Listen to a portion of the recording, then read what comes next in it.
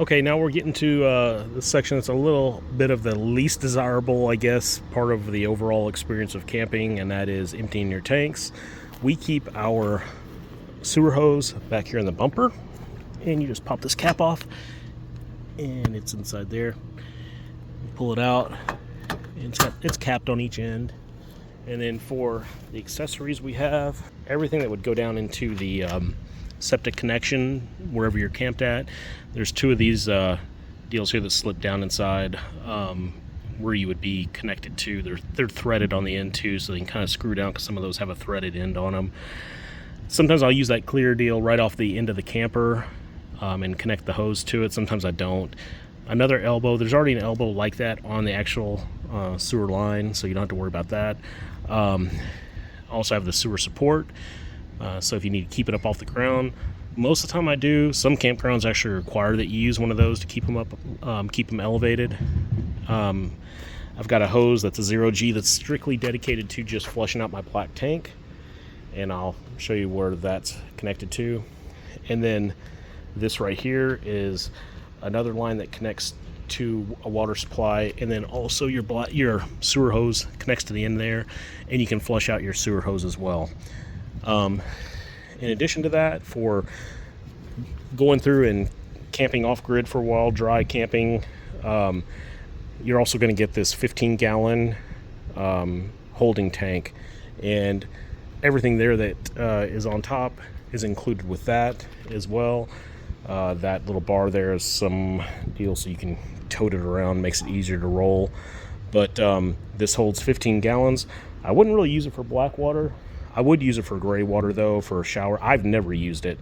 I've always had it just in case we needed it. Carried it in the back of my truck.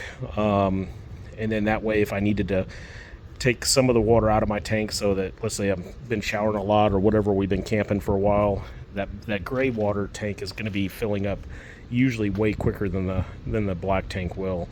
So a lot of times if you're going to need to have some sort of relief of the amount of holding tank space, you're going to need it on the gray side more than anything else, and that's what this was for.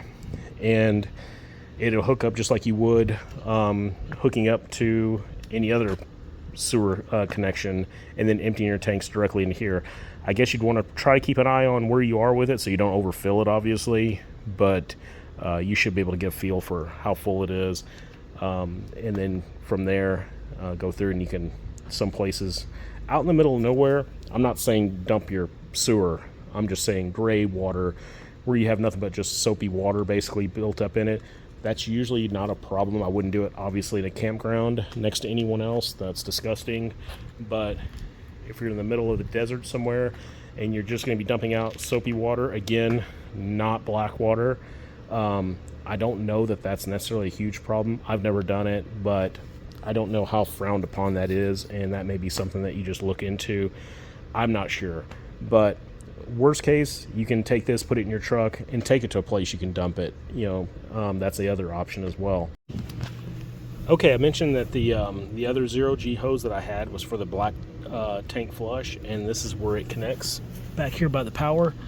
And really what I do is I'll have my tanks emptying, and once everything's empty, I will go through and close the valves up. This only affects your black tank, so because it's the one that builds up the most waste. I will connect that hose to the water supply at the campground or wherever I am, turn it on, and you'll hear it filling up the tank with water. A lot of times people say keep the valve open, and you certainly don't want to fill that up too much with the valve closed, obviously, because you can overflow that, and you really don't want that to happen back into your toilet and everything. But you can let it fill up for a couple of gallons or so, and then pull that valve again, and it will just kind of create a vortex in there to pull the rest of the stuff that's been built up out of there. And I usually will do that quite a few times until every time I pull the valve, the water's running mostly clear. So, and then you're in a good spot with that. As far as emptying the tanks go, if you've never done it before, and I don't know if I mentioned it earlier in this video, I might have. I've been doing this kind of off and on through the day. You have your they call it on here a galley tank, which is the gray water, and then the wastewater holding tank is your black water. But you want to pull, you want to hook everything up. You have this valve closed, hook everything up, and they always tell you to, this is the common thing is to always pull your black first and empty that, and then let your gray water wash out the black water from the line. And then that's exactly how you do it.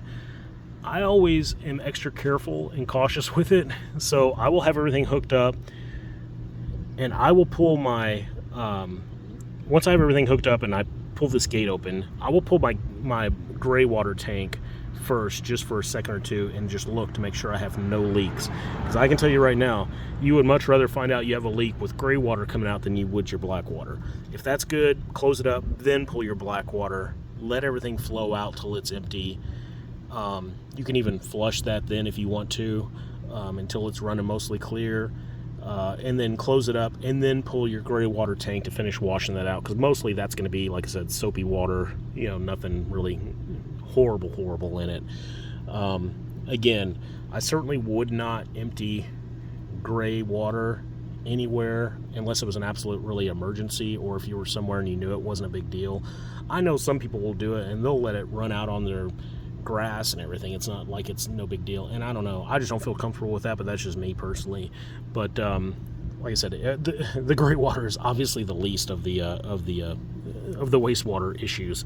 So once you've done that, then you can use that other hose that I talked about to put onto the sewer line. This orange one, I'm just kind of rehashing this, I know. That'll go onto the end of the sewer line, hook that up to a water supply, and then just flush out that water from the sewer line itself while it's still connected to the sewer connection. Disconnect it all, make sure everything's fairly clean, and then you can put it right back there in the bumper.